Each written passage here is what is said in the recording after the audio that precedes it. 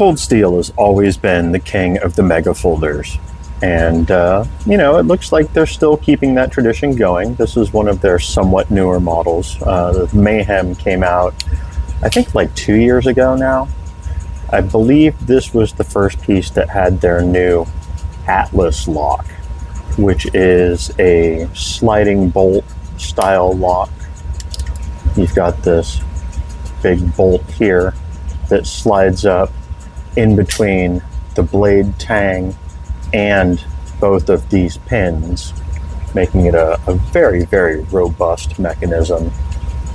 You've got that massive stop pin for the blade, and then the second pin just kind of reinforces the lock bar because it comes up and over it, as well as coming around below it in between the tang and the stop pin. So huge support for the lock bar. Really, really nice, smooth mechanism. Typically, the Cold Steel mega folders all had their triad lock, which is a variation on a lockback mechanism designed by Andrew Demko. And a lot of people do have issues having enough thumb strength to release the lock, especially when they're brand new. Sometimes they can be a little sticky. And so typically one of the major complaints with the Cold Steel mega folders for a lot of people is being able to actually release the lock and do it in a relatively easy fashion. Poor hard hat. We won't talk about that. So yeah, the Atlas lock is a cool thing to see from Cold Steel. It's a variation of most of the bolt style locks, like the Demko Shark lock or the Snex Super lock. There's quite a few of them, but this is probably the beefiest variant on that lock that I've seen so far. These are relatively inexpensive for what you're getting. I checked before doing the video, and it looks like you can pick up one of these for like $260, I think, which seems fair. People are going to say, oh, it's only AUS 8, but I got no problem with AUS 8. It sharpens up real easy, takes a nice wicked fine edge.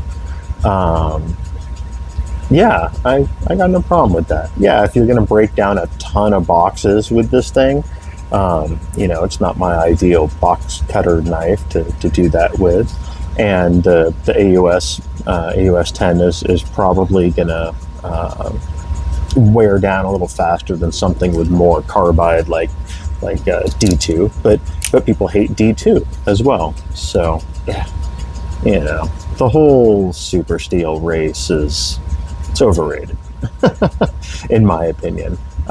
Typically heat treat and geometry is going to matter a whole lot more in cutting ability for me, and typically Cold Steel's heat treat has always been very good, and the cutting geometry has always been very good as well. So yeah, I picked this up probably about a year ago. I think I got it on the secondary market.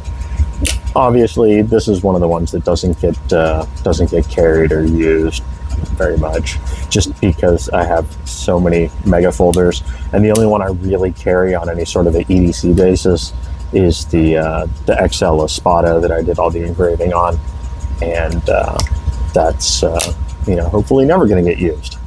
So I can't really speak to, you know, the actual EDC characteristics of it, but it is relatively thin. It is going to take up a whole pocket, but it would probably carry in the waistband pretty nicely. I see kind of a missed opportunity for a Demko style wave thumb plate on this. I bet this would be really, really sweet with a wave notch ground into it or something. But yeah, I think it's a really cool piece. Definitely a sweet addition to the mega folder collection. You can never have too many mega folders, right? So yeah, just went a little rambly. We're at almost 5 minutes now.